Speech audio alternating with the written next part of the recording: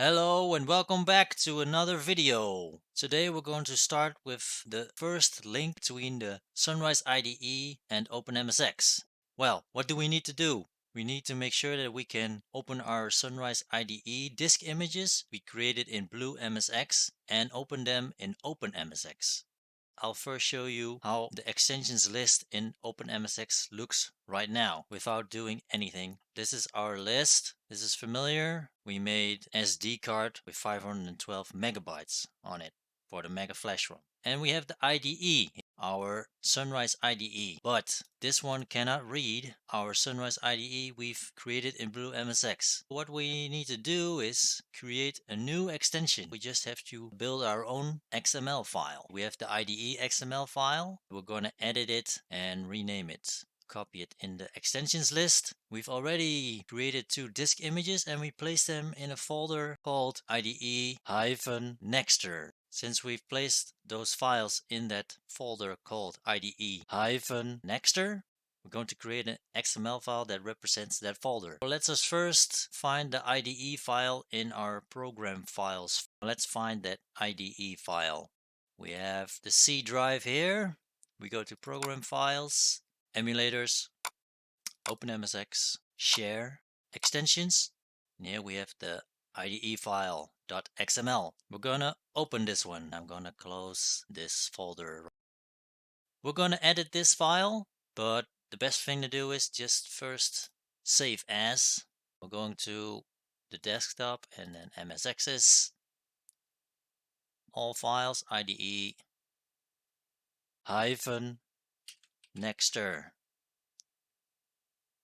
Save.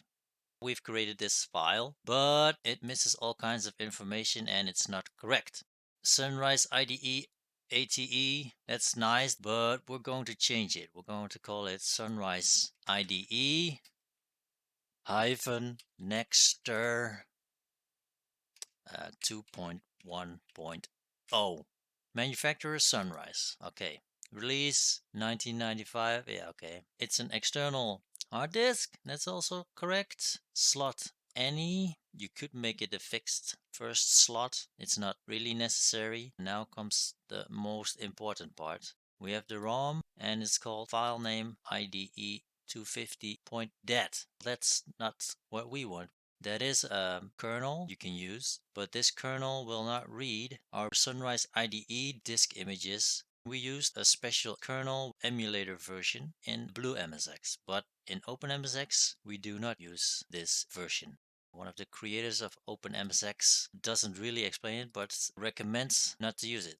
I've checked on the Resource Center and there's this small forum about Nextor openMSX. This also contains Sunrise IDE information. This very important part here. I just created a Sunrise IDE Nextor extension for openMSX. This is what we want, the Sunrise IDE Nextor.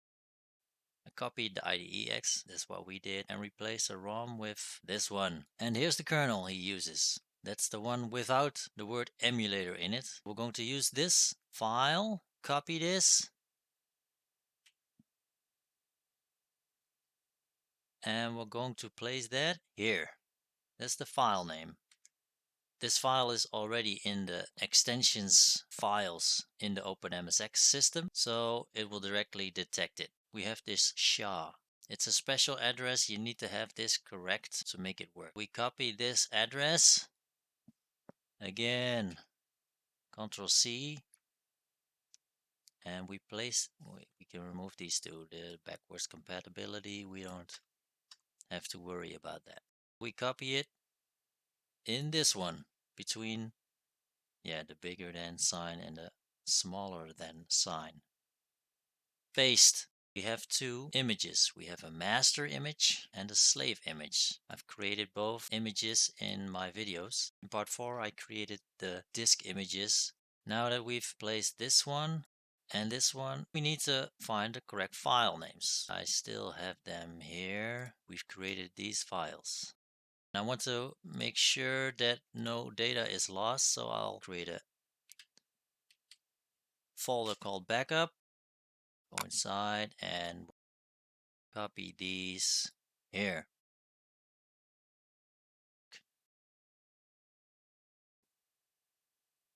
We need to copy these names. We have to paste them here. This is the master disk, HD1 master. Size. Name tutorial part number 4. I created the HD1 master disk. I created a maximum size of 200 megabytes. We'll change this into 200.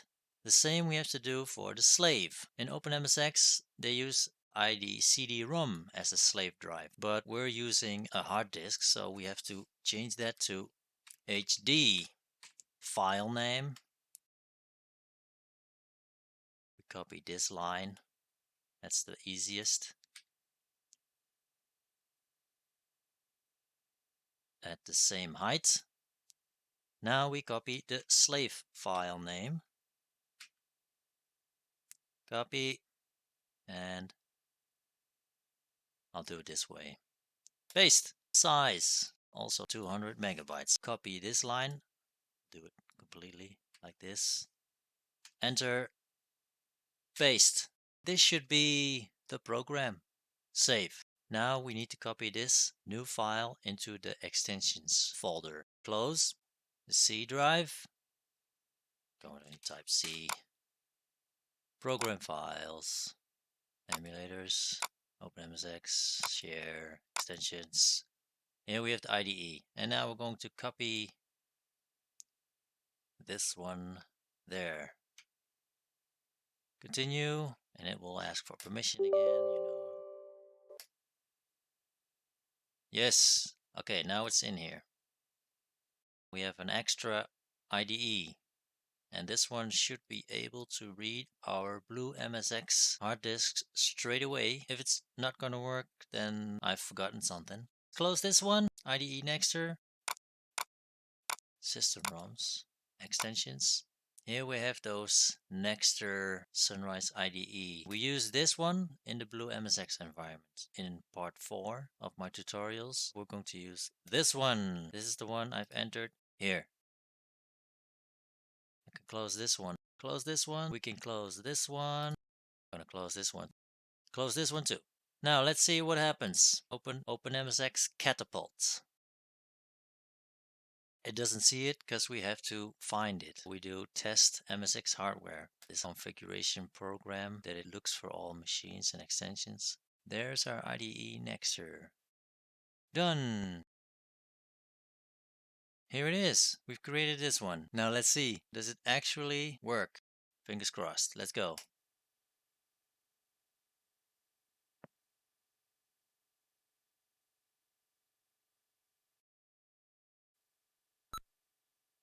It detects both hard disks. Ooh, it doesn't boot into the hard disks. I think I know what I did wrong, because I see now it's looking in a different directory.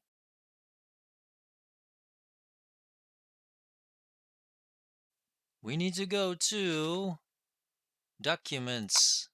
There we are. openMSX. Persistent. Hey, I created these two. And openMSX created these two. I placed them in the wrong folder. So we're going to remove these two. Oof. And we move them here. So let's try again. This is a good test of checking if you've done the right thing. This is one of those bumps you can think like, why isn't it working? Try again. It should load them now, because these are the two files. They are exactly the same name. He's reading and reading. Ooh, he's busy, busy, busy. Let's hope he's not destroying them. We didn't install any programs like Multi-Mente or anything on these drives. Yes, Nextor says. So let's see the size. It's actually 178 megabytes. That's correct. And then we have the B drive. This one is 189 megabytes. These are the two hard disks we created in blueMSX, and we can read them in openMSX. So that's cool. Let's do one more check. Let's go into fdisk. So call fdisk. Yes, Sunrise IDE on slot 1. and we have 2 hard disks. It's one size 200 megabytes,